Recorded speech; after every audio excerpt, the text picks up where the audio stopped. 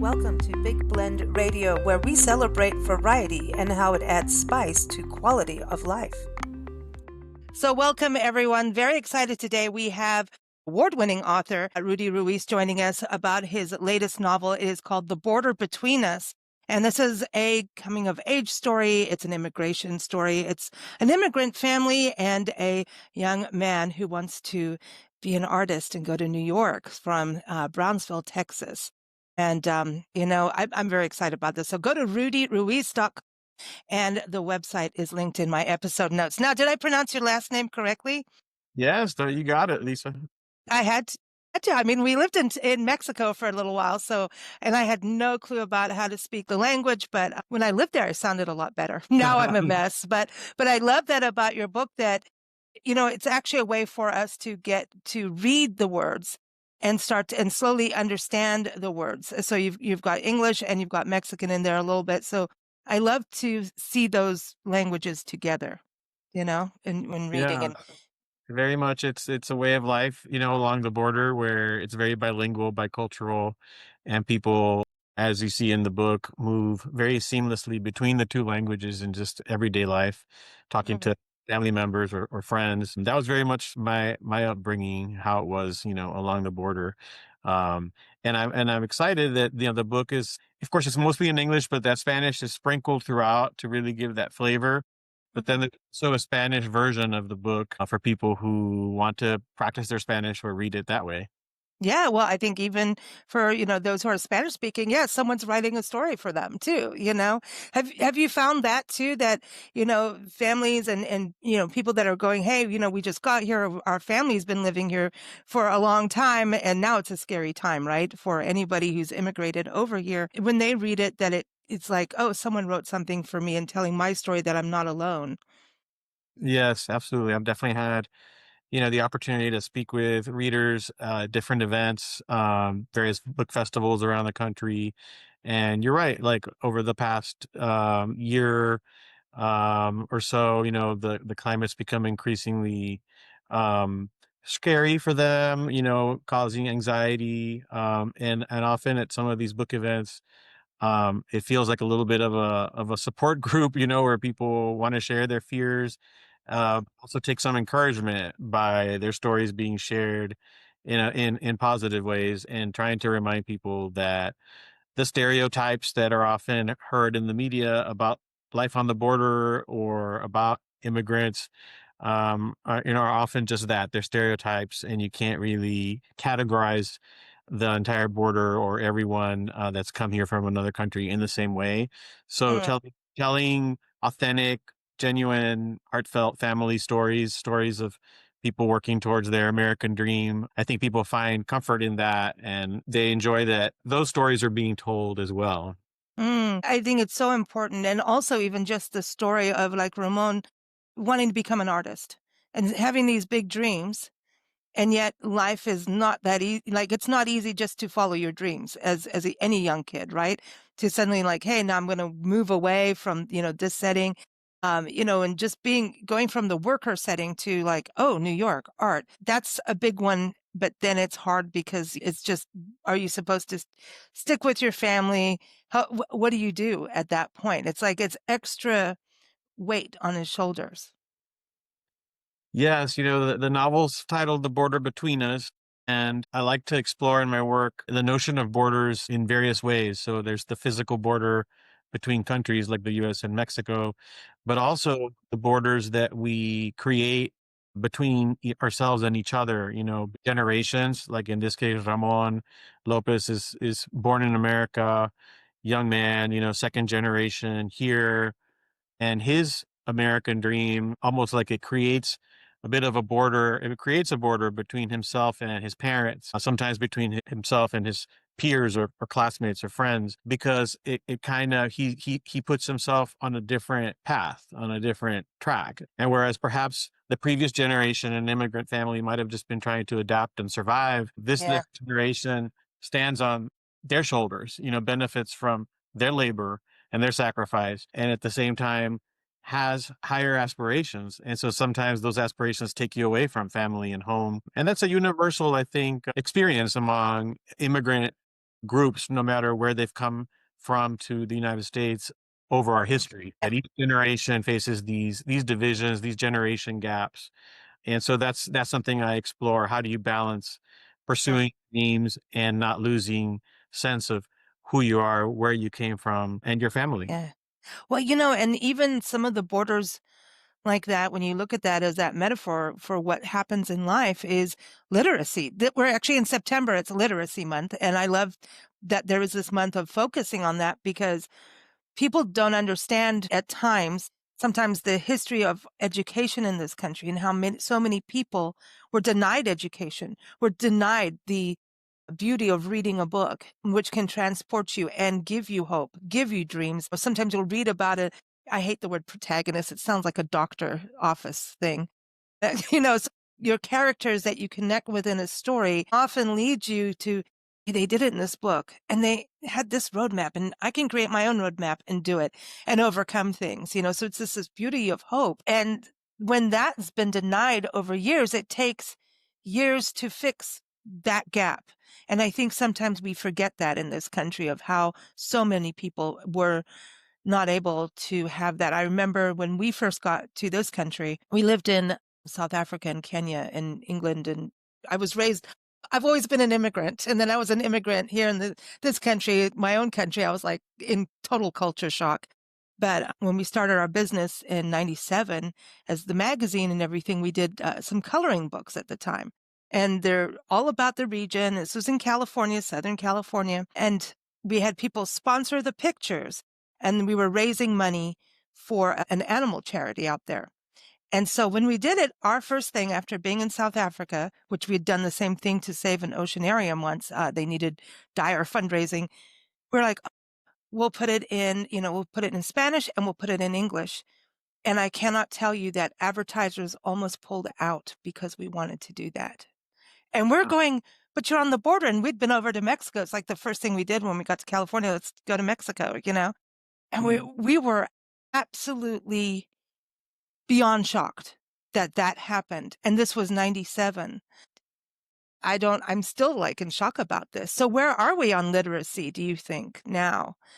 And the point of books, like your book could be like one of those books that some young person holds on to make their dream, to keep that hope. Do you think? Yes, I mean, that's what I hope for. I mean, I agree with you that books just open minds, they open worlds for people. And I think that for me, they were very much as a child a gateway to, my aspirations. So I grew up much like the protagonist, as you call them. Use that word. Yeah, on the border in a small town, Brownsville, Texas. Hmm. And however, I was very fortunate that my parents really valued education. So my mom put books in my hands at an early age. She was an avid reader. And it was in those books in the school library that I really, traveled, because we lived, didn't travel often. Life was a little bit monotonous, and so I became enamored with the idea of experiencing the world, traveling different parts of it, meeting people from different cultures. And that's also where I kind of got the idea that when I was old enough, I wanted to go off to college at Harvard. Yeah. um, And I mean, you did it. I was like, I that's mean, impressive. Yeah. thank you. And it was just very much that, inspired by, I got into reading biographies of various, famous figures in American history. And I started noticing a common occurrence that Harvard would be in their bios. And I thought, oh, well, I want to go there someday, because it seems like it can help you accomplish things. And that's where my dream started. And so, yeah, I think that, books are just essential to growth, and to getting to know uh things beyond your immediate surroundings, Mm, is step into other people's lives and shoes. And there's actually a portion of the book where, I think it's early on in the novel, where Ramon has been attending a very under-resourced public school, in the Rio mhm. Grande Valley of Texas. You have some of the poorest communities and poorest school districts in the country. And when his father comes, I guess, to visit and talk to his teacher, he notices that the kids are basically, they don't have enough books. They're having to share books. And, he says like, hey, my family didn't sacrifice and come, to America to, be in this situation where we don't even get our own, my child doesn't even get his Right. own books. And so he makes this sacrifice to, despite difficult economic circumstances, put Ramon into a Catholic private school because he wants Ramon to get like the best education that he can provide for Yeah. him. And that was a little bit inspired semi-autobiographically from my own life, where my mom put books in my hands, and my father worked very, very hard to send me to and my brother to private school because of that. He just kept telling us he wanted us to have the best education possible, and that education was going to be something that nobody could ever take away from us. And this was a Mm. very strong feeling he had. Yeah, it's like, when I look at, education like libraries, and there's places that we've got to keep supporting, just keeping books, go to those public schools that didn't have all the books and help them. There's places, in different states where libraries are there, but their oldest, like their latest book is from the 40s. It's still happening. Right. So so keep writing, and they need to go everywhere. I think your book needs to go everywhere. Yeah, do you ever see your book, The Border Between Us, becoming like a movie, that kind of thing Yeah, for? one of the things in my writing style, I consider it very visual, very cinematic. Yes. Uh, I'm a Yeah. big, I'm a big movie, buff, and when I'm writing, I really am visualizing and imagining what's happening, and I'm seeing myself or the characters there. You have texture for sure. But it's like, you don't overdo it. You've got a very good technique of like putting you right in there, and you do see it, but there's a texture to the atmosphere. But it's not fluffy where people get wordy when they start doing that stuff. So like, yeah, that's why I think I've went, man, this got to be a movie. I'd love to see it as, when I originally started writing The Border Between Us, it was as I started out as a short story. Oh. If you kind of look at it, every chapter is almost like its own short story, Hmm. and they Yeah. thread together to become a novel. And so I wrote it over the course of maybe about 10 years, but Wow. um, yeah, but I often thought of, growing up, one of my favorite TV shows was The Wonder Years. Um, Okay. the Wonder Years was this nostalgic, for those who haven't seen it, it was a nostalgic coming of age TV show Hmm. set like the 60s, and follows a young boy into young adulthood, and it was a very kind of all American. And I always thought like, oh, it'd be cool to do something like that, but set on the border and Hmm. bicultural, bilingual. And so I always had that kind of in mind, a little bit of a nostalgia dimension, uh, Yeah. which given how much the border has changed since I was a young kid, and how the border, environment has changed, that nostalgia does definitely, I think, come more to the forefront nowadays as you read the book. And in a way, it's a trip to the border, but it's a trip to the border that no longer exists in the same way.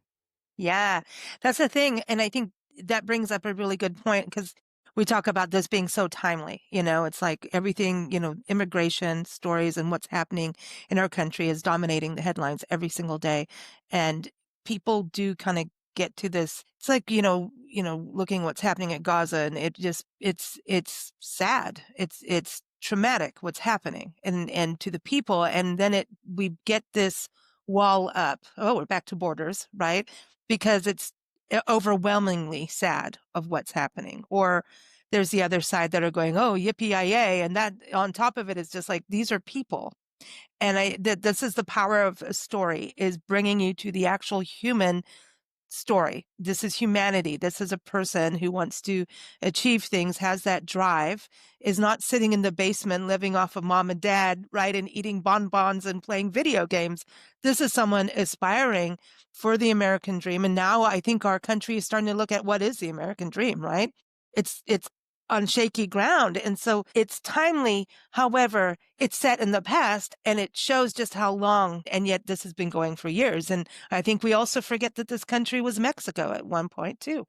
So there's a natural connection between, people wanting to be where their DNA is from, actually. I think there's a biological, scientific thing to that. Just like whales know how to migrate where and when, humans are nomadic. We've been nomadic forever.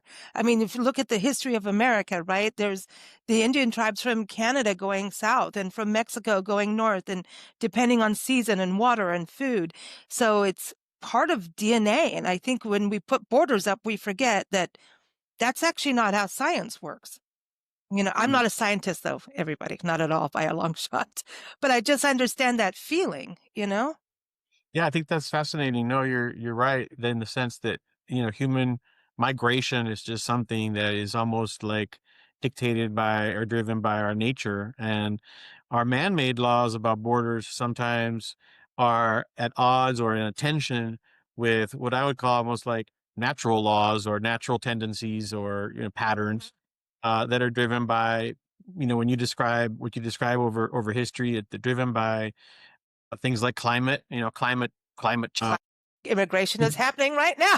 Exactly. There's a lot. Some of it's driven by climate change, displaced by changes in the environment that have made perhaps the ways that they made their living, not sustainable anymore where they're coming from. Or in other cases, people are fleeing, of course, violence or oppression or fear or just poverty. Poverty in and of itself, drives people to do desperate things. So I think that's something that is explored a little bit, especially in the first chapter of The Border Between Us. The idea that sometimes when you're faced with these very real human situations, human needs, man-made laws can seem to be at odds with what you feel from a moral standpoint might be right or wrong, a legal standpoint, what might be right or wrong. And I like exploring those topics because I think it gets people thinking. And my goal is to engage people, tell a human story, and hopefully get people thinking a little bit about why are the laws the way that they are, and should that law be that way, and how do we evolve our way of looking at things like the border and immigration in a constructive way. What is the future of that discussion? Because like you said, it hasn't changed that much in recent years, although I do think it keeps getting Escalating. harder and harder in terms of when I grew up and the border I describe in the novel. I was raised on the idea that America was a country of immigrants, that America was a welcoming place. The Statue of Liberty was this beacon to people coming to make a better life. And I still love that spirit. That is a spirit I equate with the American dream I was raised on. And so perhaps our laws right now and the way that the system works are not in alignment with that vision anymore. But I think in the end, all of those things can be evolved. Just as we can change in one direction, we can change in another. And if people have a problem with, um, you know, illegal immigration, as it's called, um, there's two ways about it. One is you enforce current policies, and the other way is you evolve the laws. Congress can do that. Yeah. And the other thing, what I like, and this is why the power of storytelling is it's powerful. It's empowering for the reader, and it can go beyond. I know you do book clubs. I want to touch on that too, because I think that's important. And I saw on your website that there's like a section people can go to for classes. So I want to talk on that, going back to literacy and everything too, and education. But love is what drives people sometimes to move, right? So poverty and maybe violence, they're leaving a violent situation. It's just like maybe being in a violent household. You need to get out. If it's something toxic, you're going to get out. Or now, is that illegal to do? Because maybe you have something going on, and family trauma and drama is very real. And the more we don't fix the problem, the worse it gets, right? But when you look at people coming over, they're escaping something, or they're looking for betterment, and they're sacrificing so much, really so very much, to get somewhere, and especially for their kids. Those sacrifices, that is hard, and there's this, that's love, like love, love, love, and the kids know it. They know, and they grow up not wanting to fail their parents in that way. They may want to go do art, and that could be something that's like, no, dude, you need to go be a doctor or a lawyer or something. That's I want to be an artist. I want to be a musician. I scared the hell out of my mother with that. She's like, oh God, she's going to get into drugs. And I did go into music, but I didn't get into drugs. But it's a scary thing. But they put their lives on the line and did things that they work in places that they are beyond, they're above doing. You know what I mean? Mm. I mean, I remember, South Africa, I worked for Nancy with my mom her magazine there and worked and came over. And next thing you know, I'm working in a deli going like, this is night and day different. Like, and I need to get the hell out of this because this is not me. I dropped food. I can't make food. It's like, here's your meal. Oopsie, but you do what you have to do out of survival. And then the kids, they're the ones who change from survival to living and thriving. And that's the story that I think we lose when we're watching the news. And what reality is doing is shoving that away. And that is, the Dreamers, that title, think about that. That title, The Dreamers. And now we're killing dreams. Yeah, It makes me upset. Like, it's tragic. And it's tragic because um it really undermines what it is that I think has made the United States such a great country and such a beacon hope for people all over the world is the idea yeah. that, and the fact that here in the United States there has been a history of upward mobility, of opportunity for Mhm. people, that from one generation to another, I mean, people can advance their economic well-being, their educational attainment, Yeah. um, their quality of life tremendously, which is, I mean, many people maybe take that for granted in the United States, but it's just not common in most places around the world. Most Right. places in the world, people feel stuck. They feel very stuck in their social class or economic class. The fact that, yes, from one generation to the next, so much progress can be made, is something that I think underpins the idea of the American dream. And so to take that and say, and kind of ignore that or forget about that, it's a bit short-sighted, because I think, yes, when people first come here, yes, they need help. Maybe some people need more help than others, and like you said, they're working very hard, but sometimes they're working jobs that actually underutilize their skills or talents or Mhm. potential, but they're willing to do it because they're making a sacrifice, and in that process they're contributing to the country's growth, to the country's prosperity, and then they're helping build the next generation who's going to be even more productive and more qualified. There's so So much drive in them to do it. a lot of drive. A lot of drive and then the action behind it. It's not just an emotion. It's an actual, if the follow through is there. And the other thing is what diversity. I mean, we have the best food in the world because of all the different cultures here. Look at Texas. Come on now. Texas, you got German food, you got Mexican food, you got Tex-Mex, you got a little bit of everything. Go to Louisiana, very connected, right? I'm like, this some of the best places in the world because look, you got food, you got this blend of music, and the people, you're saying when you live on the border, and we lived in San Diego, then south of Ensenada, and the border, I don't know, it's like it's home in a way. And then you see things on the news, like people would email us or call us, how can you drive to Mexico, 2 women? I'm like, I don't know. I'm like, what? And everybody's carrying on all this stuff is happening. Yes, there were some places you had to be careful, just like in the States, just like anywhere in the world. But as soon as we got to Mexico, we felt at home. And it took Mexico to help us to get comfortable with America. I do not know how to explain that, but living in Africa was a little different, and it was just more real. But I want to go back on the border thing because I did an interview, I'm going to say 10, 15 years ago about Big Bend National Park. And we had a park ranger on the show. And I think one of the gentlemen ran a newspaper. There's state park there. And, you've been through Marfa Alpine. Have you been down? It's not far from Brownsville. Yes. In fact, my previous novel, it's called Valley of Shadows, is set out in West Texas. It's Yeah. actually, I was gonna you know, since you write about and talk about the national parks, I was gonna mention this book to you because it's set in Big Bend, large parts of it, and in that desert, the Chihuahuan Desert, and in Desert. the Chiso Mountains out there, Hmm. back and forth on both sides of the border. It's a beautiful land, and when I was my family and I were out there, it was actually when I was inspired to write that novel, Valley of Oh, Shadows. that's cool. Yeah, because the park rangers, they were laughing. They were like, no, we cross over the border all the time. We just go over for a margarita, come back home. And it's like, that's how it was for us, and everybody's freaking out and news like, don't go, the river over there. You're going to, the banditos are going to get you. And I'm like, what? Like, come on now. There are things, I mean, but I don't know. I think it's the stories of the people, and we start to maybe, when we talk to someone from a different place, start to remember those stories that we read about, you know?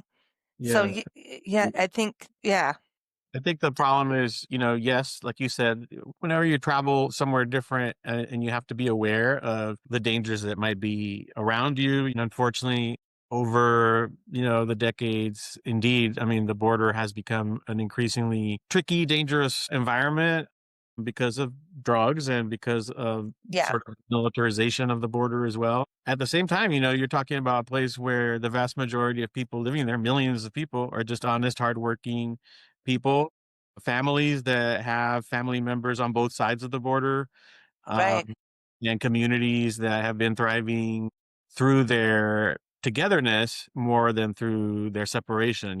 When I was growing up, as the story shows in the novel, with Ramon's father being in a business where he goes back and forth across the border frequently, he you very much see the border that I grew up in, which was a border where the excitement was about building bridges and about trade and commerce and shared culture, Yes. shared celebrations of culture. For example, in Brownsville, growing up, it's a annual festival that still goes on today called Charo Days, and it's very much a celebration of the shared tradition of Mexican culture and music and Hmm. food. Yay. I need to Along the go. board. Yeah.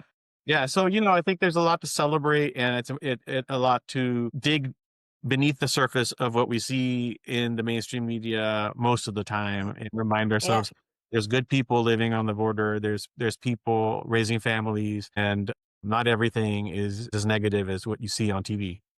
It's not black and white. The gray area is where life happens. That's where seeds will flourish, right? And it's really the truth. And that's what I love with what you've written. And it's just this whole idea of like what's going on between the borders. Actually, community. Yes, there are criminals. Absolutely, there's the drug lords and the cartels and human traffickers, drug traffickers, wildlife traffickers, the whole thing. And that happens around the world, right? So it's, to me, that's a normal. Well, it's not, crime is crime, but some people do that, and too bad they don't do it in business, because criminal masterminds would just be so good in business. When you ever read stories of like how the top of the cartels and smugglers and traffickers, I'm like, dude, if you put this in a business, legal business, you would have really been good. It, Creativity and yeah, resourcefulness involved. I know. We all love the good crime story, but Now, yeah, what you're pointing out there goes back to what we were saying earlier about yeah, lack of opportunity. So in Latin mhm, America, Mexico, and on South, there's just such a lack of economic opportunity for people to make an honest living that provides them upward mobility, and that is tied to many things, whether it's lack of good public education, but also just corruption in the governments and, mhm, and things of that nature. So it's very complicated. But growing up on the border and being a proponent of immigration reform to allow hardworking, mhm, law-abiding people to have access to a legal path, to citizenship or permanent residency here, I've often thought, that part of the solution long term has to be figuring out how to help our Latin American neighbors improve their yeah, situation for their citizens so that not so many of them are forced or feel forced to leave their homes, because mm, I don't think most people come here just because they want to. I think they don't leave their homeland and their mother tongue and their family yeah, members behind because they feel like it's just a fancy or a whim. It's it's some sense of urgency that's driving them. And so I think Mhm. working together to help other countries provide better opportunities for their citizens is a part of it too, you know? Well, commerce, look at the economic ties between Mexico and America are huge. So many, I mean, just even looking at the cars and how cars are built.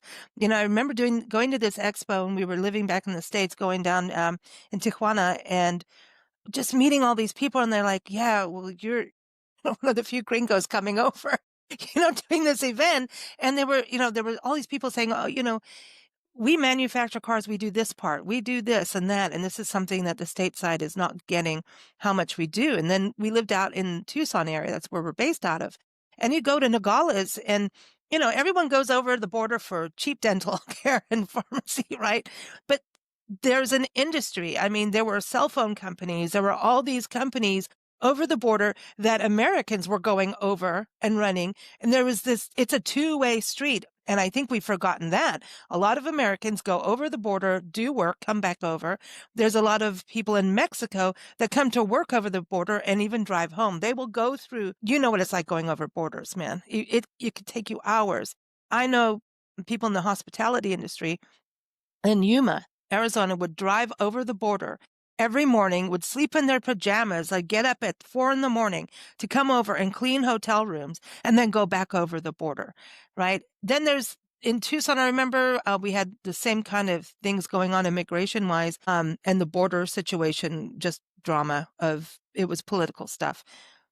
And basically it ruined commerce in Tucson. So the amount of shopping done. So friends and families would come over to Tucson and go to the mall and shop it up like you wouldn't believe. They spent in a year the equivalent of how much the Super Bowl makes. That much money went out the window when we started saying, oh, we're putting up walls and we're going to do this and that.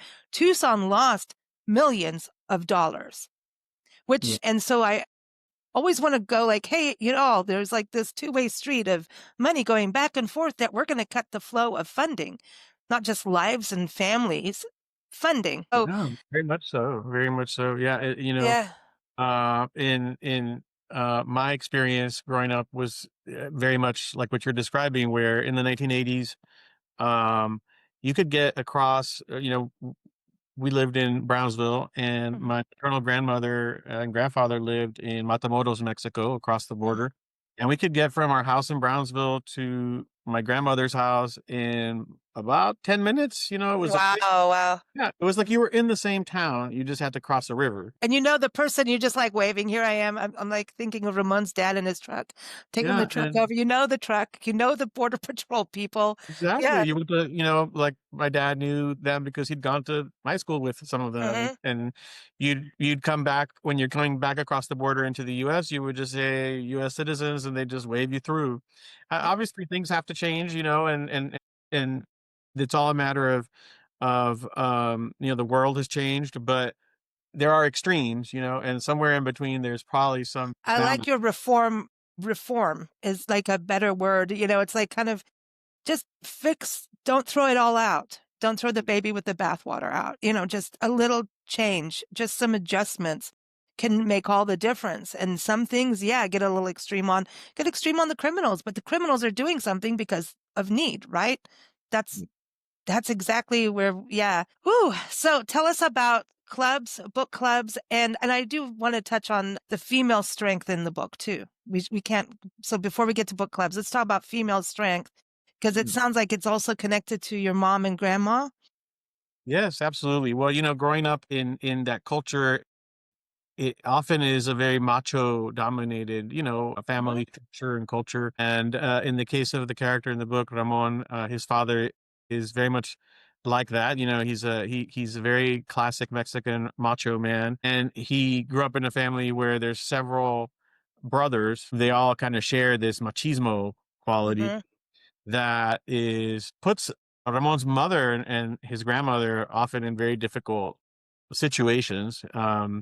And growing up, Ramon eventually, originally, kind of idolizes his father and his uncles, as one would expect, because they're like kind of the role models. But then as time goes on and he matures and he comes to to recognize more of their flaws, he really starts to understand the quiet strength that his mother and grandmother, bring to life, and that they're really, while the men are dreaming these big dreams and talking big, you know, it's really actually the women that are holding everything together and often the ones keeping the roof over everyone's heads. So, both of Ramon's mother and grandmother, I think, our heroines really are the true heroines of the book, and it kind of creeps up on you, I think, as you go through the book and you start realizing, hey, they've been kind of around all the time, and now it's like you're starting to realize, as Ramon Yeah. grows up, that as he realizes that they're really heroic.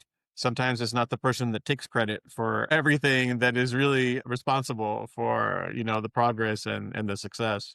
That's really true. I mean, I even think in African culture, the women are doing so much. And the men, it's very much that same kind of, we're out here, we're having our beer, and the women are cleaning and making sure the kids are okay. And, it's not saying the men are bad at all. It's just a thing. It just is what it is. I mean, it's just Yeah. people. It's just Well, I how think people are like that. Yeah, I think machismo, is just it's a cultural trait, and of course, not every Mexican American male, Yeah. exemplifies it, but in this family, in this book, it's like that, and it's a theme I've explored in several of my books because I did grow up in that kind of environment.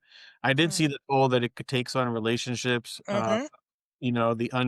The unfair toll that it takes on the women and families. And it's something that I've always wanted to explore and talk about and illuminate because I think that wrapped up in the machismo is a lot of pride, but if that pride becomes like a toxic pride, Right. mm, yeah, it leads to a lot of self-destructive decisions and behaviors that we It see. becomes the ego takes over. Right, and Yeah. so then But yeah. you're hurting yourself, you're hurting the women Mhm. in your family, you're hurting yourself as well, and it's just not sustainable. And so No. that's something Gummo explores and grapples with. Well, I think also the machismo part of it is it's kind of from generations before where you are getting ready for war and battle and soldier. If you go back into history, I mean, even, the Celtic history, what they did in fighting. I mean, these guys, it's like when people look at Scottish, right? Caber tossing. Well, the cabers, they would take these huge trees, throw them over a moat to get to a castle and run over the caber. That's why we go to a Scottish Highland Games and we'll watch them caber toss. And like, what is that about? Well, they would fight and they had to really just rile themselves up. And it's kind of like it's a warrior thing, No, I I think. agree with that, and I think it's in part a vestige from another era that's passed Mhm. down from generation to generation. But we don't need it now. We don't need it as much now. And, in the case of the border, the U.S. Mexico border, I think that what you touch on is something also I thought about a lot as I wrote this book, and it's been a theme in my other novels as well, is that a lot of the Mexican American men, living along the border that were born and raised there had a lot taken away from them generations back. So, for example, when you mention that some parts of this country used to be Mexico, but that part of the border of Texas used to belong to Mexico. And Right. so when the US Mexico War took place and the US emerged the victor of that war, the Rio Grande was established as the new border. Yep. So Hispanic families that lived north of the Rio Grande suddenly lost their position in society. Their Yep. language was no longer the language of the land. They often lost their lands, their territories, their possessions because they were operating in a new legal system. Lots of settlers were coming in from up north, and they ended up going from landed people that it was their country to kind of displaced people living without all their rights. Exactly. Something we absolutely roller coaster over in this Mhm. country. We really do because people had lands, they had ranches, and it's like, no, suddenly, no, it's not your land anymore. Not only they're second class citizens, in a And country they that didn't start the war. They're just like, right. I'm farming. I'm farming, this Yeah. is my ranch, my family. Everybody's happy. But, when war starts, it's not necessarily the people. It's like when we lived in Kenya and they're like, okay, that's it. No more of this is being imported. All these different things happen. And everybody, even as expats, we're all like, Well, thanks. We're not the ones fighting here. The people are the ones who suffer, not the Mm, people. You know what I mean? So, yeah, it's sure. fascinating. Sometimes Oof. there's big government decisions or big leadership decisions made at a level in Washington D.C. or capitals, and the people who live in those border communities are kind of pulled back and forth, and Mhm. they're really sometimes just sort of collateral damage in these situations. Well, Texas too is such an interesting state on that because everybody's like, okay, if the left, the right, and we're very in the middle of the road of just like, what's the facts, and also care. Like, let's just care about each other and the environment and some basic things, And Texas people go, oh my gosh, you're going to Texas, this and that. I'm like, yeah, there's a lot of cool people in Texas, man. You've been to Texas, and it's actually not just what you think, and we get questioned all the time about places we're going. Well, isn't this whole, that's it. This state believes this. So that's it. And this is from the red and the blue sides or the whatever sides, the red, the left, right, left, whatever political party will get it from either side. Like you're going here, well, it's this and that. Like California, oh my, it's all 100% crazy liberals. Texas, 100% right wing crazies. That's the thing that people are saying to us. And we're going, really? When we go, yeah, there's political signs here and there, different places, but we're connecting with the people. And so we're always coming in on this place of care and what do you do here? Oh, what do you eat? Like, and Texas is diverse. And like Louisiana, there's all these cultures in a melting pot getting along and partying. So I'm like, what's going on? I don't understand. You know what I mean? So No, I it's think you're right. It's very yeah, diverse. Every state is diverse, and I think whether it's a red state or a blue state, what people often forget is that the country politically is pretty evenly divided. So even when you go to Texas, even though it's considered a red state, you're talking about small percentage points yeah, that make it lean that certain way. And so if you have 40 million people or so in the state, odds are like, half of them, close to half of them are on one side of that yeah, political, and the other half are on the other. And what's interesting though is when you meet people in person, how in that local community level, sometimes those politics just kind of fade away, and it's really the human side where people interact and yeah, have an appreciation for each other's backgrounds and cultures. You go to a place like San Antonio, I mean, it's a very, very yeah, multicultural town where the heritage, like you mentioned, not just the Mexican American heritage, but the German American heritage, and yeah. various other traditions of the Six Flags of Texas, are very much woven into the fabric of daily life. And then you've also got the Muslim communication, communication, the Muslim populations inside Texas too. That really brings in the diversity. And we're the country who asked them to come here. So it's. You go to places like Houston, it's very international. Mhm. Yeah, The different industries like the oil industry have brought in people from all over the world. yeah. Austin has a booming tech industry. I think Dallas does too. They Yeah, have it's a the very best dynamic. internet. I'm just saying that I travel by internet. But we always have good internet there, but Not great yeah, in it business. is. I think, but that's it. The storytelling again brings it back to people's human story, and that belief system of positive growth. So, talk a little bit about the book clubs that you have and how people can connect with you for that, and then also on the educational side that I saw that you have like class papers or something. We can go to school. Well, yeah, I know. I think book clubs are great, and I've been very honored to have various book clubs around the country. Select my novels for their groups to read. And so, one thing that I developed that is there's a link on my website.